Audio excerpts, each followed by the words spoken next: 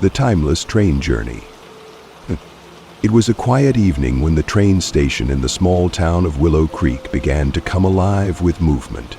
The golden sun dipped low on the horizon, brushing the clouds in strokes of crimson and orange. Lanterns lit along the platform flickered gently, casting pools of light that danced like specters on the cobblestones. There was a hum of activity, passengers waiting, porters loading luggage, and the faint whistle of an approaching train echoing through the valley.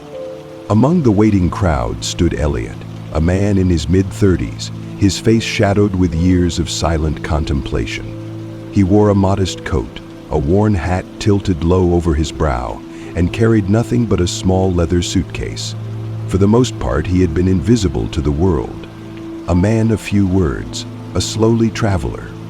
But tonight, something felt different. The air carried a weight, a slowness, as though time itself lingered on the edge of something extraordinary. The train finally arrived with a soft screech and hiss of steam. Painted deep emerald green with glimmers of gold trim, the locomotive exuded an air of mystery. The letters Elysium Express were etched into its surface in elegant cursive, barely visible unless the light hit them just right. Elliot frowned, unable to recall seeing this train before in all his years of traveling. He glanced at the porter, a young man in a sharply pressed uniform. "Excuse me," Elliot said. "Where's this train headed?" Jane said. "Chain of the Four Castles in the Town of Sleep," the colonel replied. "We undertake critical training in the fourth floor workshops." The porter paused, looking him straight in the eyes, his expression unreadable. "It goes wherever you need to go, sir." "Where I need to go," Elliot repeated, brow furrowed.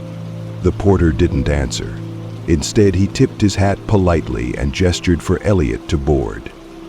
With a sigh, Elliot stepped onto the train, walking through a door trimmed in brass. He had no clear destination in mind, but something about this moment whispered trust in his ear. And so he did. Inside the train, the air was warm, fragrant, with a subtle scent of lavender and wood smoke. The hallways stretched on, narrow and inviting, with doors leading to private compartments on either side. A rich crimson carpet ran along the floor, soft underfoot. Elliot found his assigned compartment, number 13, and stepped inside. The room was beautiful, almost impossibly so. A plush seat sat beneath a wide window framed by velvet curtains, offering an endless view of rolling hills bathed in twilight. A small table bore a brass lamp whose glow was steady and calming. Above him, the ceiling was painted with constellations he didn't recognize, stars twinkling faintly as though they were real. He sank into the seat and exhaled a breath he hadn't realized he was holding. Moments passed in silence. Outside the window, the scenery blurred into streaks of purple, silver, and blue. It felt as though the train were moving through time itself, no longer bound by earthly roads. Elliot stared, entranced, when a soft knock startled him. "Come in," he called. The door opened to reveal a woman. She was tall, elegant, and otherworldly, wearing a dress the color of midnight with silver embroidery swirling like starlight. Her hair fell in waves to her shoulders, the same deep hue as her dress. In her hands she held a tea tray with delicate cups and a steaming pot. "Good evening," she said softly, her voice a melody. "May I join you?" Elliot blinked, then nodded. "Of course." She glided into the room, placing the tray down before settling across from him. Her movements were graceful, precise, as though every gesture was part of some unseen dance. "Who are you?" Elliot finally asked, curiosity getting the better of him. "I'm merely a guide," she replied, pouring the tea. "Someone who ensures travelers find what they seek." "And what do I seek?" She handed him a cup, meeting his gaze with eyes that shimmered like galaxies. "Only you can answer that." Aside from meditation, Elliot stared into the cup. The tea was dark and fragrant, swirling as though alive. He took a hesitant sip, and suddenly memories flooded him. His childhood home, summers spent beneath willow trees, his mother's laughter, the sharp sting of loss, and long-forgotten dreams. Each memory felt tangible, as if he could reach out and touch them. "What is this?" he whispered, his voice shaking. The woman smiled faintly. "Time. In this place, it bends for those who listen." "Explain." The train rumbled gently as Elliot sat frozen, lost in his thoughts. His entire life had been a series of quiet compromises, paths not taken, words not spoken. He had forgotten how it felt to feel. "Well now?" he asked, his voice barely audible. The woman tilted her head. "Because you boarded the train. You were ready to remember." She stood gracefully, her presence both comforting and unnerving. "Rest, Elliot. You have a long journey ahead." And with that she left, leaving him alone with his thoughts. Outside, the landscape had changed again.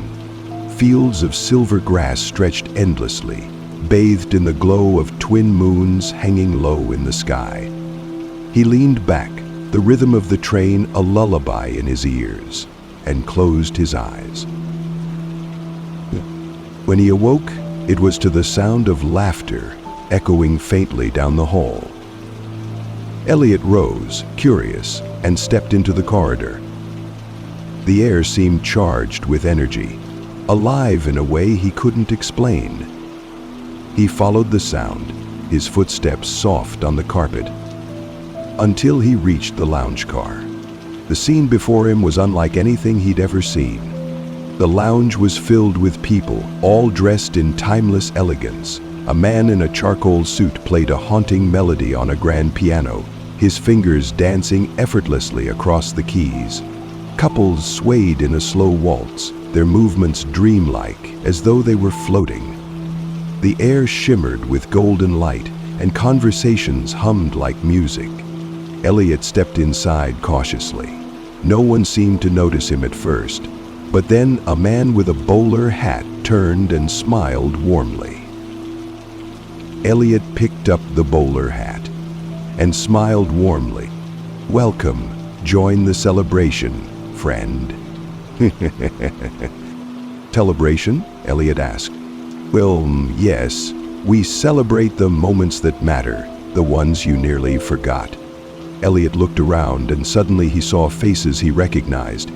His childhood friends, his late grandfather, the woman he had loved but let slip away. They were all there, laughing, smiling, living.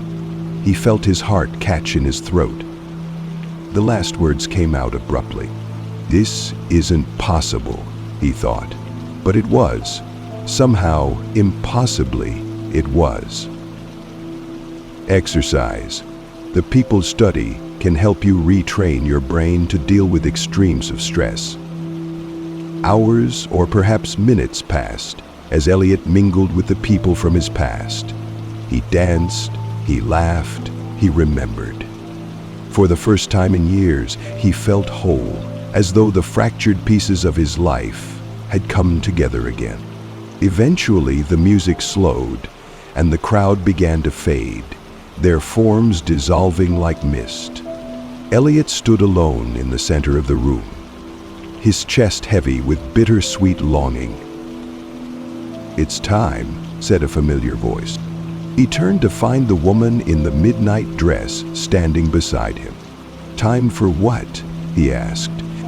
"To choose," she replied gently. "You've seen your past. Now, where will you go?" Elliot hesitated. For so long he had been running, from memories, from himself. But now he realized he didn't have to. "Oh," he whispered. The woman smiled, a hint of sadness in her eyes. "Very well." Elliot awoke to the soft screech of brakes. The train had stopped. He blinked, disoriented, and looked around. The compartment was exactly as it had been, but the weight on his heart had lifted. He stood, grabbed his suitcase, and stepped off the train. The station was empty, save for the faint glow of lanterns. The air was cool, carrying the scent of rain. Elliot looked back at the train, but it was already gone, as though it had never been there at all. He turned and began walking, his steps steady, purposeful. For the first time in years, he felt awake, alive, ready to embrace whatever lay ahead. The past no longer held him captive. The future awaited, full of possibility. And as he walked into the quiet night, the stars above seemed to shine a little brighter. End of quote. The end. Thank you for listening. I hope you enjoyed the story. If you have any thoughts, feedback, or ideas for future stories, please leave a comment below. I'd love to hear from you. Now, sit back, relax, and enjoy the soothing background music for a while. Wishing you a peaceful night. Take care, and sweet dreams.